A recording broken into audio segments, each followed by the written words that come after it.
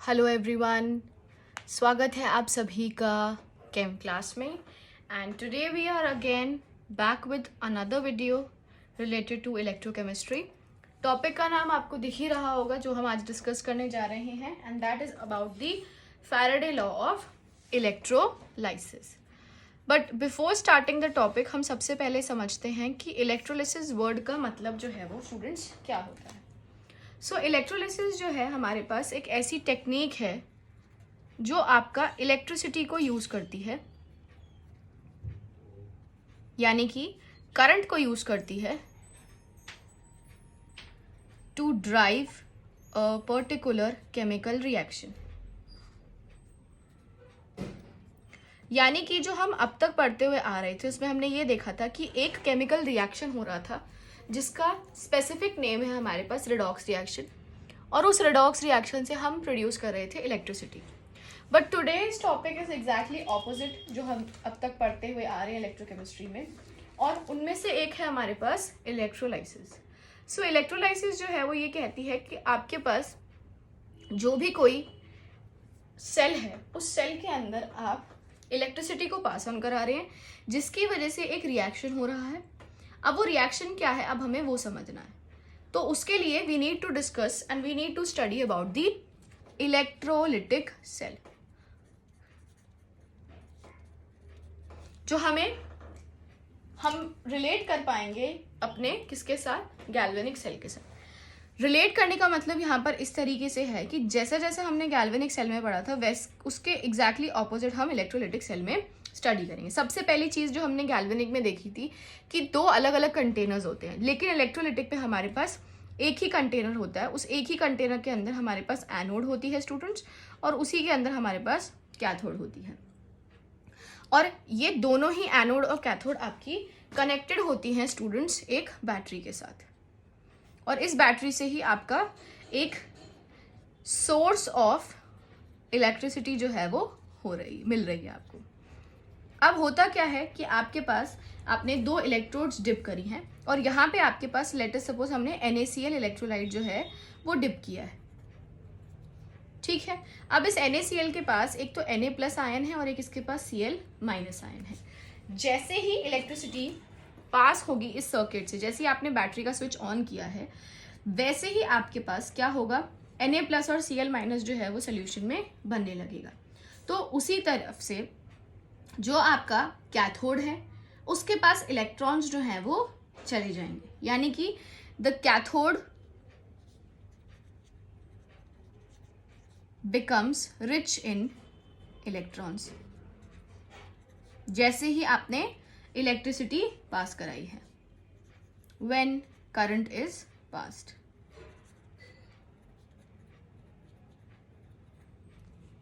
ठीक है, और उस कैथोड के चारों तरफ क्या होगा, एक नेगेटिवली चार्ज आपका बनने लग जाएगा।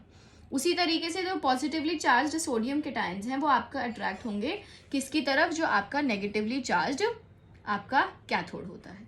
यानी कि आपके पास जो पॉजिटिव है वो चार्ज आपके अट्रैक्ट होते हैं किसकी तरफ, वो अट्रैक्ट हो जाते हैं आपके पॉजिटिव चार्ज की तरफ यानी कैथोड की तरफ, और जो आपका नेगेटिवली चार्ज है यानी Cl- है वो आपका अट्रैक्ट हो जाते हैं एनोड की तरफ। यानी कि जब आपने इलेक्ट्रिसिटी पास कराई तो कैथोड के पास बहुत सारे इलेक्ट्रॉन्स जो हैं वो डेवलप होने लगे, क्योंकि आपने इलेक्ट्रिसिटी का सोर्स जो है वो प्रोवाइड करने लगे।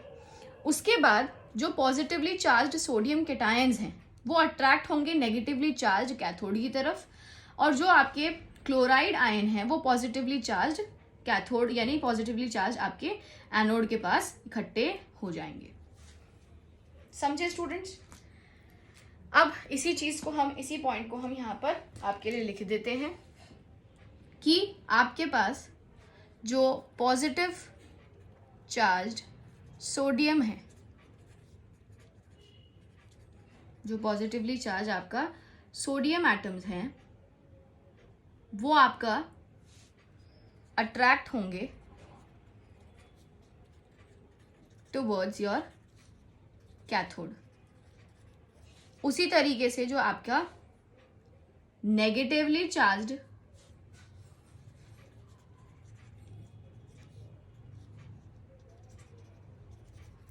Cl माइनस एटम्स नहीं कहेंगे हम, एक्चुअली आयन्स हैं यहाँ पर, वो अट्रैक्ट होंगे आपके towards the anode.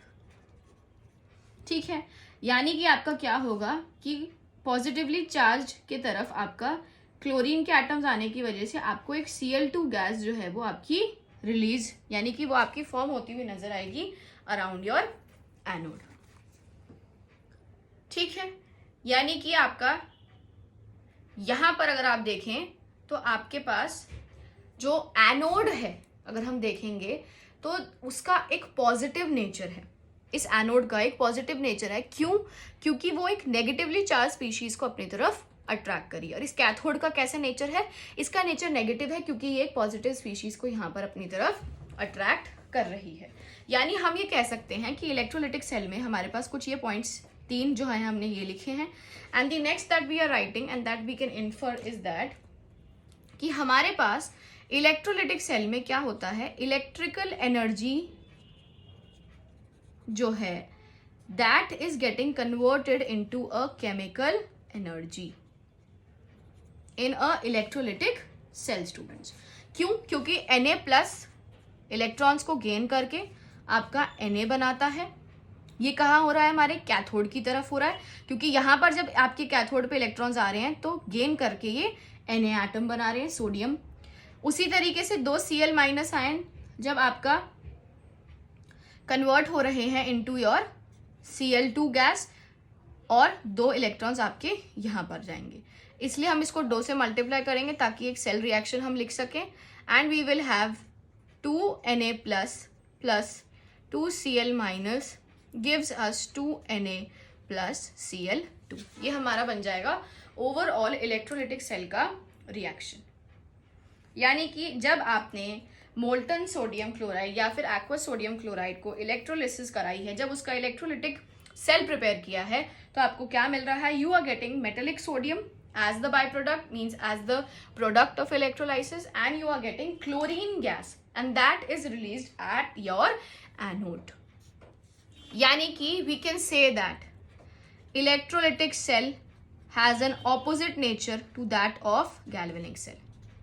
Electrolytic cell has opposite nature in compared to your galvanic cell, which is also called as your electrochemical cell. ठीक है, यानी कि मैं आपको फिर से सम अप कर देती हूँ। इलेक्ट्रिसिटी पास ऑन कराते ही सोल्यूशन में इलेक्ट्रॉन्स फ्लो करने लगेंगे। इलेक्ट्रॉन्स जो हैं वो आपका सारे के सारे अट्रैक्ट हो जाएंगे टुवर्ड्स द कैथोड।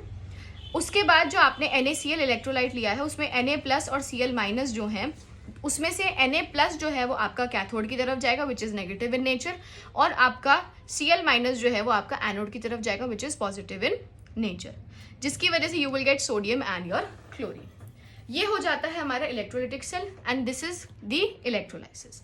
अब आगे क्या स्टडी करना है? वो ये करना है कि इस पूरी चीज को एक्सप्लेन करने वाले जो थे साइंटिस्ट, उनका नाम था Michael Faraday.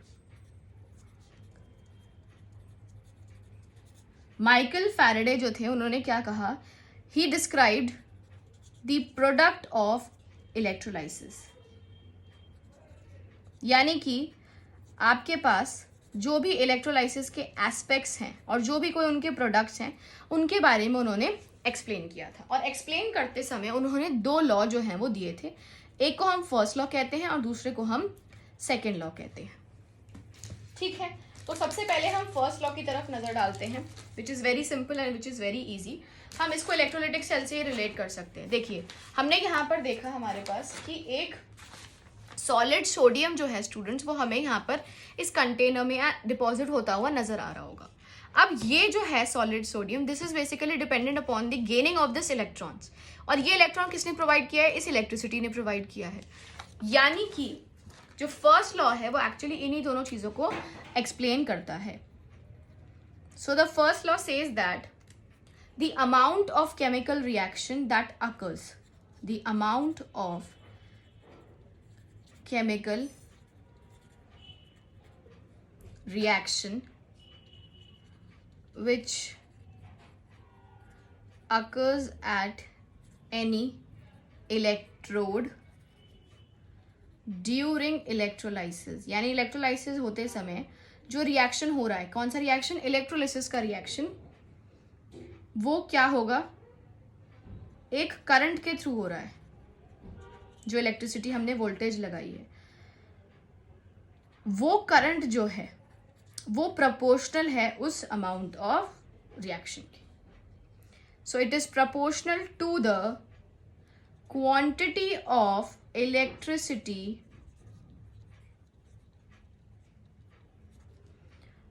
Passed through the electrolyte. यानी कि आपने इलेक्ट्रोलिसिस करते समय जितनी भी इलेक्ट्रिसिटी पास कराई है एक सोल्यूशन के थ्रू, उस इलेक्ट्रिसिटी पे आपका डिपेंड करता है कि रिएक्शन जो है वो किस एक्सटेंड तक आपका होगा.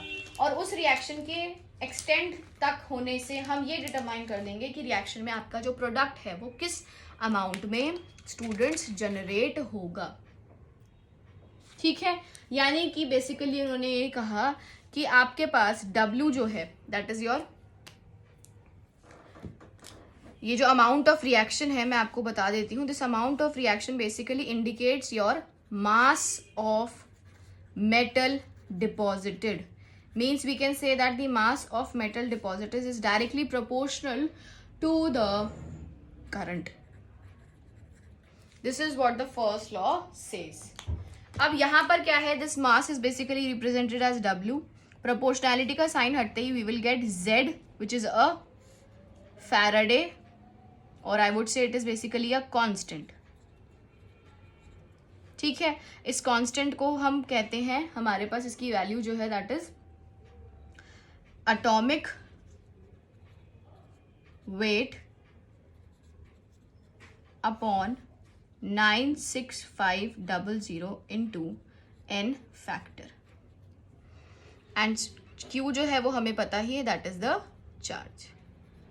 ठीक है, अब इस Q को अगर हम से फॉर एग्जाम्पल कहते हैं कि हमारा जो करंट है that is flowing for T interval of time, and current जो है उसको अगर हम इस तरीके से रिलेट कर दें, क्योंकि ये तो हमारे पास चार्ज है, तो चार्ज से हम करंट में कैसे जाएंगे, I into T will give you Q. तो हम यहां लिखेंगे W equals to Z into I into T, जिसमें I जो है that is our current, Q हमारे पास चार्ज था, T जो था that is our time, that should be in seconds. W is equal to your metal deposited. Z की value हमने आपके लिए ऊपर मेंशन कर ही दी है. तो ये हो जाता है हमारे पास हमारा first law of Faraday. Very simple, very easy, क्योंकि इसी से रिलेट होता है हमारे पास हमारा second law of Faraday also. Very simple, very easy and very interesting also. So let us quickly talk about the second law also students. So second law कहता है कि अगर आपने एक सीरीज ऑफ इलेक्ट्रोलिटिक सेल्स लिए हैं, जैसे आपने एक सेल लिया है, दूसरा सेल लिया है और आपने ये तीसरा सेल ले लिया है, सबके अंदर आपके पास पर्टिकुलरली कैथोड्स होंगे और पर्टिकुलर एनोड्स होंगे, और इन सब को आपने क्या किया है, बैटरी से कनेक्ट कर दिया है. लेकिन इन सबके अलॉन्ग जो आपने बैटरीज ली हैं वो आपने कैसी ली हैं, वो आपने सेम वोल्टेज की आपने ले ली है. ये वहां पर स्पेसिफाई कर दिया गया है. यानी कि अगर आप same quantity of electricity pass करा रहे हैं फ्रॉम इलेक्ट्रोलिटिक सोल्यूशन, यहाँ पर हमारे पास क्या है, 3 इलेक्ट्रोलिटिक सॉल्यूशंस को हमने आपस में रिलेट कर दिया है. ठीक है, इन सब के अंदर कुछ ना कुछ वेट जो है आपका डिपॉजिट होगा बाय दी प्रोडक्ट जो हम इलेक्ट्रोलिसिस के ढूंढते हैं, और वो जो प्रोडक्ट होगा that is basically dependent upon your particularly your current that is flowing. For example हम यहाँ पे कहते हैं कि यहाँ पर जो वेट डिपॉजिट है वो W1 है, जो सेकेंड में है that is let us take W2 and the third हम ले लेते हैं W3. ठीक है, हम पहले समझते हैं इसको, ये क्या कह रहा है लॉ, फिर इसकी स्टेटमेंट लिखेंगे. W1 is basically weight of metal deposited in container 1. ठीक है, इन सेल 1. सिमिलरली W2 हमने क्या कहा है, weight of metal deposited in cell 2 and W3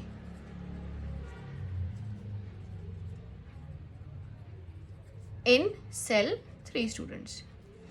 ठीक है, तो हम हर एक सेल के लिए क्या लिख सकते हैं, that W1 can be written equivalent to Z I into T, ये हम लिख सकते हैं। सिमिलरली अब देखिए यहाँ पे I जो है हमने सेम क्यों लिया है, I जो है that is your current, T जो होता है वो हमारे पास टाइम होता है। तो सपोज करो हमने I1 T1 लिख दिया है, यहाँ पे हमने Z1 लिख दिया है। सिमिलरली W2 हमारे पास हो जाएगा Z2 I1 T2, W3 हो जाएगा हमारे पास Z3 I3 T3। ये हम लिख रहे हैं according to first law of Faraday, ये हमने स्टेटमेंट यहाँ पे लिख दी है। बट अब यहाँ पे प्रॉब्लम क्या है कि हम सेम करंट पास करा रहे हैं। हमने बैटरीज को क्या किया है, आपस में पैरेलली कनेक्ट की। हमने यहाँ पे एक्चुअली पैरेलली ना कनेक्ट करके हमने एक ही बैटरी जो है वो यहाँ पर कनेक्ट कर दी है दोनों में। तो यहाँ पर आपके पास जो I की वैल्यू होगी, I1 will be equal to I2 will be also equal to I3 obviously, और टाइम जो है वो हमने भी सेम ले लिया है। ये हमारी कंडीशन जो है वो हमने इम्पोज कर दी है। तो हम यहाँ से क्या कह सकते हैं, that W1 upon Z1 is equivalent to basically your I into T. Similarly, W2 upon Z2 can be written equivalent to I into T. और इसी तरीके से W3 हम लिख सकते हैं I into T के बराबर, और अपॉन में है हमारे पास ये Z3। तो ये क्योंकि ऐसा हम क्यों लिख पा रहे हैं, क्योंकि हमने सेम करंट जो है सेम इंटरवल ऑफ टाइम के लिए इन तीनों ही पर्टिकुलर कंटेनर्स के अंदर जो है वो फिल ऑन कर दिया है। ये हम इंफॉर्मेशन जो है वो इन्फर यहाँ से कर रहे हैं। ये सिंपल सी चीज थी जो हम इजीली देख पा रहे थे। अब यहाँ पर अगर आप देखेंगे, हमने एक चीज मेंशन करी, कैसी, सेम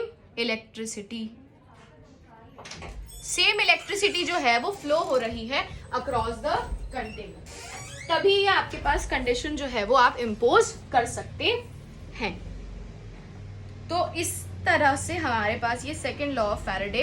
अब क्योंकि हम इन तीनों को भी आपस में रिलेट कर देंगे, तो हमारे पास हो जाएगा W1 upon Z1 equivalent to W2 upon Z2 is equivalent to W3 upon Z3, क्योंकि right hand side of the equation जो है हमारे पास that is same, that is similar. तो ये जो है that becomes your second law of Faraday, जिससे हम अपना ये पर्टिकुलर चीज जो है वो रिलेट कर सकते हैं यहाँ पर। अब आप इसी चीज को रीअरेंज भी कर सकते हैं in another ways, in another different तरीके से हम इसको एक्सप्लेन कर सकते हैं। ठीक है स्टूडेंट्स, तो ये हमारे पास अपनी सेकेंड लॉ ऑफ फैराडे जो है वो बन जाता है। अब हम इसकी स्टेटमेंट भी लिख देंगे कि the amount of different substances, अलग अलग तरीके के जो सब्सटेंसेस हैं अलग अलग सेल्स में जब हमने कनेक्ट किया है, और उनकी जो लिबरेशन होगी यानी उनकी जो प्रेसिपिटेशन होगी इन द सेल, जिसमें कि we have the same quantity of current by the same quantity of electricity passing through the electrolytic cell or electrolytic solution are proportional to their chemical equivalent weight.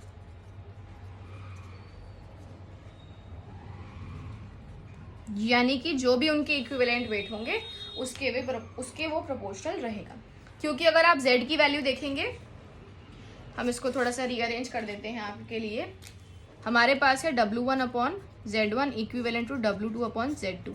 अगर हम सिर्फ यही दो sales की बात करते हैं तो z की वैल्यू जो होती है स्टूडेंट्स, वो होती है हमारे पास atomic weight upon 96500 into n होती है, ठीक है। तो अब यहाँ पर क्या है, हम इसको अगर रखेंगे तो इक्विवेलेंट वेट को या एटॉमिक वेट को आप सपोज कर लीजिए, आपने ये जो एटॉमिक वेट है अपॉन n जो लिया है इसको हम इवन मान लेते हैं, ठीक है। उसी तरीके से एटॉमिक वेट अपॉन ये जो n1 और ये n2 है ये हम ले लेते हैं E2। तो यहाँ पर आपके पास क्या आएगा, आपके पास आएगा E1 that is atomic weight upon n।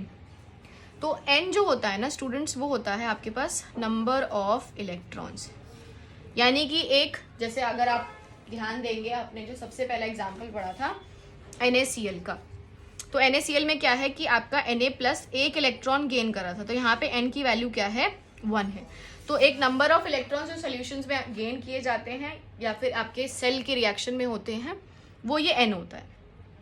अब यहाँ पे क्या है, हमने क्या लिए, दो अलग अलग कंटेनर्स लिए, तो हमने उसमें कंसिडर कर लिया कि ये W1 अपॉन E1 है, साथ में हमारे पास एक फैक्टर है which is of 96500, opposite side भी W2 है, साथ में E2 है इंटू 96500 है। अब ये ऑब्वियसली ये कैंसिल आउट हो सकता है, तो W1 upon E1 can be written equivalent to W2 upon E2। अब अगर आप इसको फर्दर रीअरेंज कर सकते हैं कि अगर आप वेट को एक तरफ शिफ्ट करना चाहते हैं और आप इक्विवेलेंट वेट्स को, तो that will become W1 upon W2 equivalent to E1 upon E2, जो हमने क्रॉस मल्टीप्लाई करके कर दिया है, ठीक है। तो ये आप ये कह सकते हैं कि जब आप same quantity of electric charge pass करा रहे हैं to different electrolytes that are connected in series, तो उन सभी में क्योंकि सेम अमाउंट ऑफ करंट है, ये जो हमने 3 इलेक्ट्रोलाइटिक सॉल्यूशंस लिए हैं they are basically in series, तभी हमने इनके अलोंग जो करंट लिया है वो आपका सेम है, because cells are connected in series. तो आपसे ये भी MCQ पूछा जा सकता है कि सेकेंड लॉ ऑफ फैराडे जो है वो हमारे पास कौन से टाइप के सॉल्यूशंस को एक्सप्लेन करता है, सॉल्यूशन इन सीरीज का या सॉल्यूशंस इन पैरेलल कॉम्बिनेशन का। तो जब सीरीज में आपके पास एक से ज्यादा इलेक्ट्रोलाइटिक सॉल्यूशंस कनेक्टेड होंगे तो आपके पास जो भी कोई करंट फ्लो हो रहा होगा that will be proportional to the masses that will be deposited in the solutions, यानी अलग अलग कंटेनर्स में जो भी कोई वेट डिपॉजिट किए जाएंगे that will be proportional to the current that is flowing through the container. तो ये है हमारे पास हमारा पर्टिकुलर रिएक्शन फॉर, यानी कि particular concept for your electrolytic cell. तो नंबर ऑफ इलेक्ट्रॉन्स का भी आई होप आपको समझ आ गया होगा, जो हम हमेशा से पढ़ते हुए आ रहे हैं। जैसे गैल्वेनिक में हम देखते थे कि कोई एनोड पे रिएक्शन हो रही होती है, कैथोड पे रिएक्शन हो रही होती है, और उसके रिस्पेक्टिव में हमारे पास कुछ इलेक्ट्रॉन्स लॉस्ट या फिर कुछ इलेक्ट्रॉन्स गेन्ड होते हैं सॉल्यूशन के अंदर।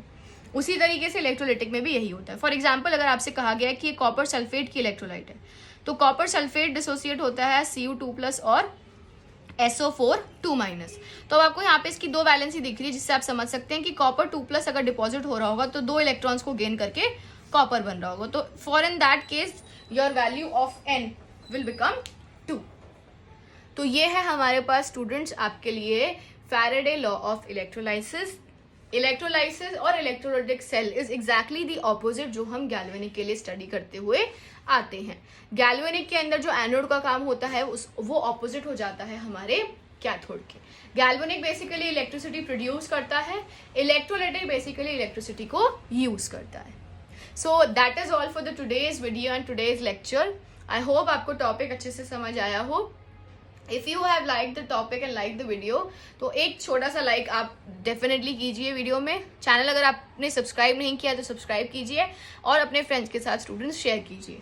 Thank you for watching the video. अगली वीडियो में हम डिस्कस करेंगे बैटरीज के बारे में। बने रहिए एंड डू कीप लर्निंग।